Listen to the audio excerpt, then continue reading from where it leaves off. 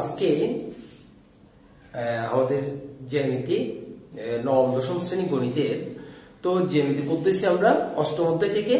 তো অষ্টম অধ্যায়ের আগে অনেক ভিডিও দেওয়া হয়েছে। তো আজকে যেটা নিয়ে আমাদের লেকচার সেটা হচ্ছে অনুশীলনী 8.3 খুবই একটা ইম্পর্টেন্ট সৃজনশীল, সেটা হচ্ছে 5 নম্বর সৃজনশীল। আমি এই 5 নম্বর সৃজনশীলটা আজকে এক্সপ্লেন করার চেষ্টা করবো আর কি। সো এখানে একটা ফিগার দেওয়া আছে, আপনারা জেনারেল ম্যাথের অর্থাৎ আপনাদের গণিত বইয়ের 8.3 এই 5 নম্বরটা বই খুললেই পাবেন এটা। তো এখানে আমরা ফিগার থেকে দেখতে পাচ্ছি যে ও একটা বৃত্তের কেন্দ্র, বলে দিয়েছে যে ও কেন্দ্রবিষ্ট বৃত্তের ব্যাসার্ধ 2.5 সেন্টিমিটার। তার মানে ওডিও ব্যাসার্ধ, ওবিও ব্যাসার্ধ, ওএও ব্যাসার্ধ, রাইট? তো ব্যাসার্ধ 2.5 সেন্টিমিটার, এবি সমান 3 সেন্টিমিটার। তার মানে এই এবিটা বলে দিচ্ছে 3 সেন্টিমিটার এবং বিডি, এই বিডিটা হচ্ছে এডিসি এর সমদ্বিখণ্ড। ওকে, এরপর বলছে আমাকে এডি এর দৈর্ঘ্য নির্ণয় করো। তো এডি এর অর্থাৎ এই অংশটার দৈর্ঘ্য নির্ণয় করতে বলছে। আগে ক নাম্বারটা আমরা আনসার দেওয়ার চেষ্টা করি। সো একটা বৃত্ত দেখতে পাচ্ছি আমরা, বৃত্তের কেন্দ্র দিয়ে, তার মানে ও কেন্দ্র, এই কেন্দ্র দিয়ে একটা রেখা গেছে। তো কেন্দ্র দিয়ে যে রেখাটা সেটা কি? সেটা হচ্ছে ব্যাস। নিঃসন্দেহে আমরা দেখতে পাচ্ছি এটা হচ্ছে একটা ব্যাস, তার মানে বিডিটা হচ্ছে ব্যাস। আর যেহেতু ব্যাসার্ধ বলেছে 2.5 সেন্টিমিটার, তার মানে এইটা হচ্ছে 2.5 সেন্টিমিটার, এইটাও হচ্ছে 2.5 সেন্টিমিটার। দুইটা অ্যাড করলে বা 2.5 সেন্টিমিটারকে যদি 2 দিয়ে গুণ করি তাহলে আমরা বিডি এর মানটা পেয়ে যাচ্ছি, অর্থাৎ ব্যাসটা পেয়ে যাচ্ছি। ওকে, ব্যাস হচ্ছে ব্যাসার্ধের দ্বিগুণ। ওকে, এরপরে কি বলছে? এরপরে বলছে আমাকে এবি হচ্ছে 3 সেন্টিমিটার। এখানে একটা এবি দেখা যাচ্ছে, সেটা হচ্ছে এবি। এই এবি হচ্ছে এটা 3 সেন্টিমিটার, অর্থাৎ এই এবিটা 3 সেন্টিমিটার। আর বিডিটা হচ্ছে দুইটা যোগ করলে কত আমরা পেয়ে যাচ্ছি। আমাকে এই এডিটা বের করতে বলছে, আমাকে এই এডিটা বের করতে বলছে, এডি। ওকে, এই এডিটা বের করতে বলছে। এখন আমাকে এই এডিটা যে বের করতে বলছে, এই এডিটা আমরা কিভাবে বের করতে পারি? কিন্তু এই ত্রিভুজের এই বিডি বাহুর মানটা আমাদের কাছে জানা হয়ে গেছে, এবি বাহুটার মান জানা হয়ে গেছে। এডি বাহুটা বের করার জন্য আমরা কি করতে পারি? এখানে দেখতে পাচ্ছি আমরা এবিডি একটা ত্রিভুজ তৈরি হয়েছে। ওকে, এবিডি একটা ত্রিভুজ তৈরি হয়েছে এবং এই এবিডি ত্রিভুজটা কিন্তু একটা সমকোণী ত্রিভুজ। কেমনে বুঝতে পারলাম? যে অর্ধবৃত্তস্থ কোণ এক সমকোণ, এটা যদি বিডি হয় তাহলে এটা অর্ধবৃত্তের থেকে এই কোণটা তৈরি হয়েছে। আমরা এটা প্রমাণ করে চেষ্টা করি, যদি অর্ধবৃত্তস্থ কোণ এটা যে 90 ডিগ্রি এক সমকোণ, সেটা কিন্তু প্রমাণ আছে, আমি নিচে লিংক দিয়ে দিয়েছি। ওকে, এটা অনেক আগে আমরা প্রমাণ করেছি। তারপরে যদি সমস্যাটাকে দেখতে পারেন, অর্ধবৃত্তস্থ কোণ এক সমকোণ, তাহলে এইটা হচ্ছে কত ডিগ্রি আমরা জানি, 90 ডিগ্রি। তাহলে এখানে ফিগার থেকে আমরা লিখতে পারি, ক নাম্বার যদি আমি আনসার দিতে যাই, চিত্রে, চিত্রে আমরা লিখতে পারি কি? চিত্রে, চিত্রে ওডি সমান ওবি সমান আর ইকুয়াল টু কত সেন্টিমিটার? 2.5 সেন্টিমিটার। সো আমরা লিখতে পারি বিডি সমান 2 ইনটু 2.5 সেন্টিমিটার। ব্যাস হচ্ছে ব্যাসার্ধের দ্বিগুণ, তাহলে কত হবে? 5 সেন্টিমিটার। ওকে, তার মানে বিডির মানটা হয়ে গেছে। সো এবির মানটা দেওয়া আছে কত? 3 সেন্টিমিটার। এটা কয় সালে বলে দিয়েছে? এবি সমান 3 সেন্টিমিটার। এবং আমরা দেখতে পাচ্ছি ত্রিভুজ ABDA, ABDA BAD কোণ সমান কত? 90 ডিগ্রি। কেন? অর্ধবৃত্তস্থ কোণ এক সমকোণ, সেটা লিখে দেন। ওকে, তাহলে যেহেতু এক সমকোণ, তাহলে আমরা লিখতে পারি ত্রিভুজ ABDA, তাহলে এটা যদি 90 ডিগ্রি হয়, 90 ডিগ্রি বিপরীতটা কি? অতিভুজ। তাহলে আমি লিখতে পারি অতিভুজ স্কয়ার সমান লম্ব স্কয়ার যোগ ভূমি স্কয়ার, এবি স্কয়ার প্লাস এডি স্কয়ার। ওকে, তো বিডির মান কত আমাদের কাছে? 5 স্কয়ার, এডির মান হচ্ছে 3 স্কয়ার প্লাস এডি স্কয়ার। তাহলে কত হয়? আমার কাছে আসবে 25 - 9 = এডি স্কয়ার। সো এখানে থাকবে কত 16 equal to AD square. So AD সমান হবে কত 4। 4 কেমনে হলো 16, সো AD সমান হচ্ছে কত 4 স্কয়ার 4 সেন্টিমিটার। ওকে, আমাকে বের করতে বলছে AD এর দৈর্ঘ্য নির্ণয় করো। ক্লিয়ার? আশা করি আমরা বুঝতে পেরেছি AD এর মান 4 সেন্টিমিটার কেমনে আসলো। ওকে, এরপর আমরা দেখব এরপরের অঙ্কটা। এরপরের অঙ্কটা কি বলছে আমাকে? এরপরটা বলছে দেখাও যে ADC কোণ প্লাস ABC কোণ সমান 180 ডিগ্রি। সো এটা আমরা কিভাবে করতে পারি? যে ADC কোণ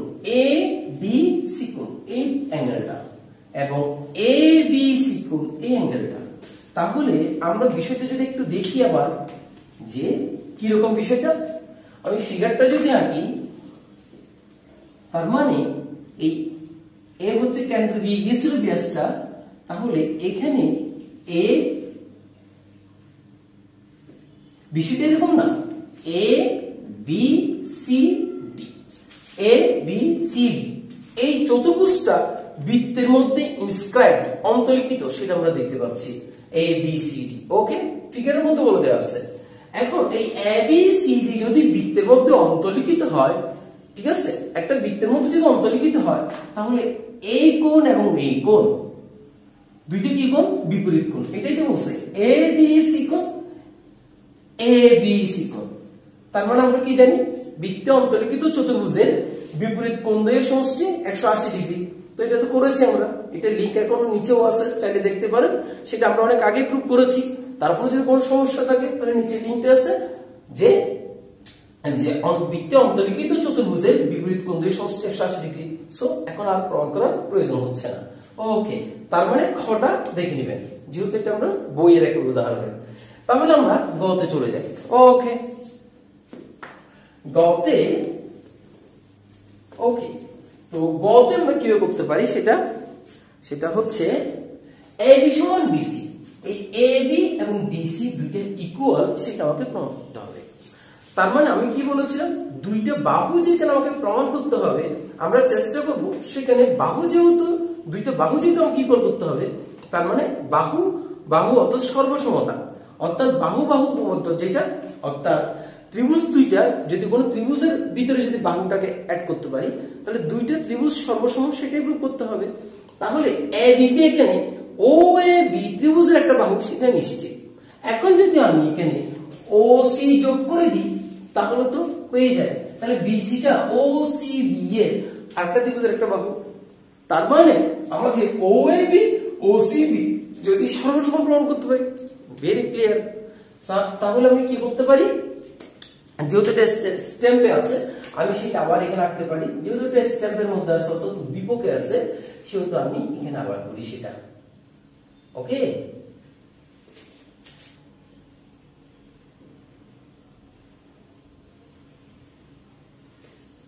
তাহলে এই হচ্ছে বিষয়।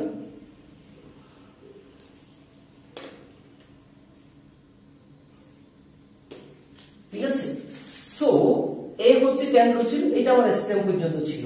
ওকে, এখন আমি ওসি তে যোগ করতেছি, আর কিছু না, জাস্ট ওসি। অঙ্কনের মধ্যে শুধুমাত্র ওসি যোগ করেছি। তার মানে এ বি সি ডি এটা ছিল, আর এটা কেন্দ্র ছিল। ওকে, এখন আমাকে এই বি সমান বিসি প্রমাণ করতে হবে। ওকে, সো এটা আমরা কি করতে পারি, যেটা চিত্রে দেওয়া আছে সেটা একটু লিখতে হবে। সেটাকে লিখতে হবে, মনে করি ও কেন্দ্র বিশিষ্ট বৃত্ত, এটা তো ফিগার থেকেই আছে, উদ্দীপক থেকে লিখতে পারি। ও কেন্দ্র বিশিষ্ট বৃত্তে যে এখানে দেখা যাচ্ছে কি এ বি এবং সি ডি দুইটাই যে এডিও যে বিসিও যে। ওকে, তো লিখতে পারি যে ও কেন্দ্র বিশিষ্ট বৃত্তে A B O C D দুটি যে, আবার এডি এবং বিসি দুটি যে। আমি এই দুটি কে নিয়ে এখন কাজ করব। যাই হোক, এডি এবং বিসি দুটি যে বা এ বি সি ডি একটা অন্তর্লিখিত চতুর্ভুজ। ওকে, এরপর কি দেওয়া আছে, এইটাই আমাদের কাছে বেশি প্রয়োজন এটা প্রমাণ করার জন্য, যে বিডি এডিসি এর সমদ্বিখণ্ড। এই বিডিটা হচ্ছে এডিসি এর সমদ্বিখণ্ড। ক্লিয়ার? সো হ্যাঁ, তাহলে আমাকে কি প্রমাণ করতে হবে? প্রমাণ করতে হবে যে এবি সমান বিসি। শেষ। আশা করি এটা লিখতে পারবো তো।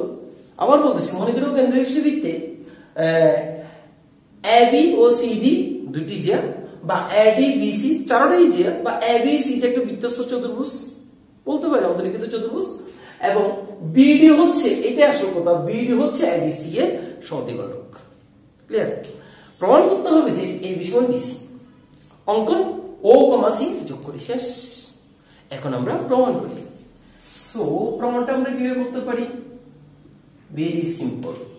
প্রথমে দেখতে পাচ্ছি যেহেতু এডি বিডি যেহেতু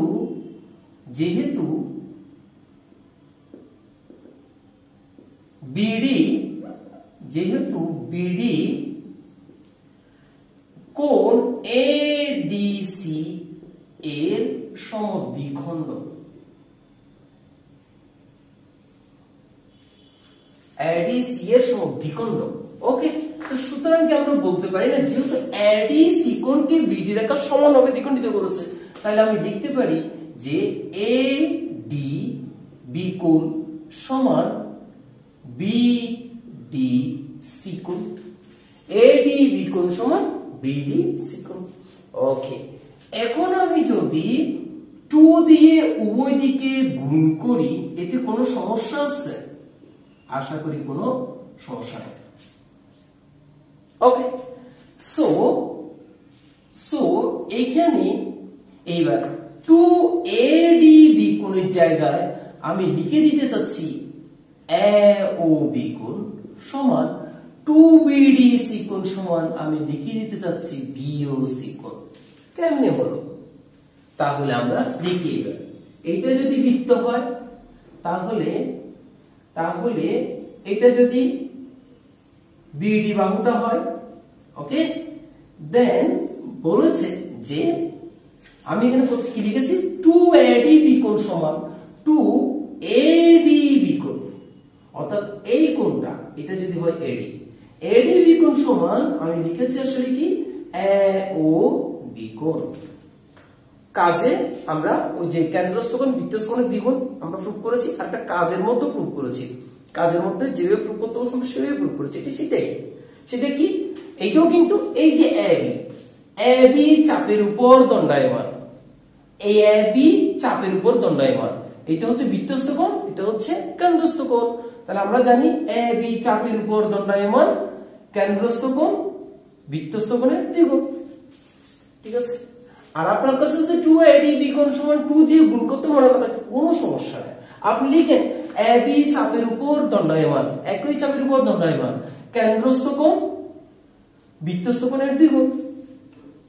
ক্লিয়ার? তাহলে ওকে, এরপরে এটা গেল। তাহলে আমরা লিখতে পারি যে কি লিখতে পারি, কোণ AOB কোণ সমান কি লিখতে পারি, 2ADB কোণ। কেন্দ্রস্থ কোণ বৃত্তস্থ, এটাও প্রুফ করা আছে, কেন্দ্রস্থ কোণ কেন বৃত্তস্থ কোণের দ্বিগুণ। ওকে, তাহলে AOB কোণ সমান 2ADB কোণ। সিমিলার ওয়েতে এটা হচ্ছে AB চাপের উপর দণ্ডায়মান, এটা এখানে লিখে দেন প্রয়োজন বোধে, AB চাপের উপর দণ্ডায়মান, কেন্দ্রস্থ কোণ বৃত্তস্থ কোণের দ্বিগুণ। ওকে, সো AOB কোণ সমান 2ADB কোণ, সেটা এখানে লিখে দেন। আবার দেখি আমরা এবার BDC কোণ, এবার এইদিকে আসি, এই যে BC, আমি এবার এটা মুছে ফেলি। তাহলে এই যে BDC, এখানে OC যোগ করেছিলাম, এইটাও মুছে ফেলি। তাহলে এখন দেখেন তো, BC চাপের উপর দণ্ডায়মান, এটা হচ্ছে কেন্দ্রস্থ কোণ, এটা হচ্ছে বৃত্তস্থ কোণ। এই যদি আমি BC চাপের উপর দণ্ডায়মান চিন্তা করি, তাহলে এই কোণ আর এই কোণ। ওকে, তাহলে এই যে এটা কেন্দ্রস্থ কোণ, তাহলে এখানে আমি লিখতে পারি না BOC কোণ সমান 2BDC কোণ। তাহলে এটা যখন এখানে লিখবেন কেন্দ্রস্থ কোণ বৃত্তস্থ কোণের দ্বিগুণ, সুতরাং AOB কোণ সমান 2ADB কোণ, BOC কোণ সমান 2BDC কোণ। এখানে একটু সাইড নোটে সেটা দিয়ে দেন। ক্লিয়ার আশা করি? যাই হোক, তাহলে আমরা বুঝতে পারছি কেন AOB কোণ সমান BOC কোণ হলো। ওকে, তাহলে একটা হচ্ছে AB চাপের উপর দণ্ডায়মান, আর একটা হচ্ছে BC চাপের উপর দণ্ডায়মান। ক্লিয়ার? এখন আমরা আসি এটা কেন করে লিখেছি। এটা আমি AOB ত্রিভুজ আর BOC ত্রিভুজ সর্বসম প্রমাণ করার জন্য এইটা আমার লাগবে। এখন আমি এই দুইটা কোণ সমান প্রুফ করে রেখেছি। এইবার আসি ত্রিভুজ AOB ও ত্রিভুজ BOC AOB এবং BOC এই দুইটা ত্রিভুজের মধ্যে আমরা দেখতে পাচ্ছি OA সমান OC। কেন? একই বৃত্তের ব্যাসার্ধ বলে, একই বৃত্তের ব্যাসার্ধ। আবার এই AOB ত্রিভুজের নামকরণে OB টা লাগে, কিন্তু আবার BOC নামকরণও কিন্তু OB টা লাগতেছে। তার মানে এখানে OB সমান OB, OB টা এই ত্রিভুজের জন্য একটা বাহু, BOC এর জন্য একটা বাহু। আবার OB টা কিন্তু কি বাহু? এখন সাধারণ বাহু। এখানে আমি লিখে দিতে পারি সাধারণ বাহু। এরপরে এখান থেকে কি পেলাম? যে AOB কোণ সমান BOC কোণ। তার মানে আমি কি প্রুফ করেছি? যে দুইটা ত্রিভুজ সর্বসম দিকে এগিয়ে গেছি। দুইটা ত্রিভুজ কখন সর্বসম হয়? এক হচ্ছে তিনটা কোণ যদি সমান হয়, দুই হচ্ছে তিনটা বাহু যদি সমান হয়, তাহলে ত্রিভুজ দুইটা সর্বসম। একটাকে তুলে আরেকটার উপর বসানো যাবে, অর্থাৎ সমাপতিত হবে, সব দিক দিয়ে ওরা সমান হবে। এইটাকে বলে ত্রিভুজ দুইটা সর্বসম। দুইটা গেল। আরেকটা হচ্ছে যদি দুইটা বাহু আর একটা কোণ যদি সমান হয় কোন ত্রিভুজের ক্ষেত্রে, মনে করেন এটা একটা ত্রিভুজ, মনে করেন এইটা একটা ত্রিভুজ, আমি যদি কোনোভাবে প্রমাণ করতে পারি এই বাহু আর এই বাহু সমান, এই বাহু আর এই বাহু সমান, কিংবা একটা কোণ সমান, ঠিক আছে, তাহলে ত্রিভুজ দুইটা সর্বসম। আবার আরেকটা অপশন হচ্ছে ত্রিভুজ দুইটা সর্বসম প্রমাণ করার জন্য আমি যদি দেখতে পারি এই কোণ আর এই কোণ সমান, এই কোণ আর এই কোণ সমান, ওকে, দুইটা কোণ সমান আর যে কোনো একটা বাহু সমান, তাও ত্রিভুজ দুইটা সর্বসম। তাহলে আমরা এখানে দুইটা বাহু আর একটা কোণ যেহেতু সমান পেয়ে গেছি, তাহলে আমরা বলতে পারি ত্রিভুজ দুইটা সব দিক দিয়ে সমান হবে। তো সুতরাং ত্রিভুজ ABO সর্বসম ত্রিভুজ BOC। ত্রিভুজ দুইটা সর্বসম হয়ে গেছে মানে কি? ওরা সব দিক দিয়ে সমান হয়ে গেছে। তার মানে OB সমান OC বাহু, OB সমান OA বাহু, AB আর AC কি হবে? AB এবং BC ও সমান হয়ে যাবে। সুতরাং AB সমান BC। কত ছোট দেখছেন? কত সিম্পল, আসলে খুব বেশি।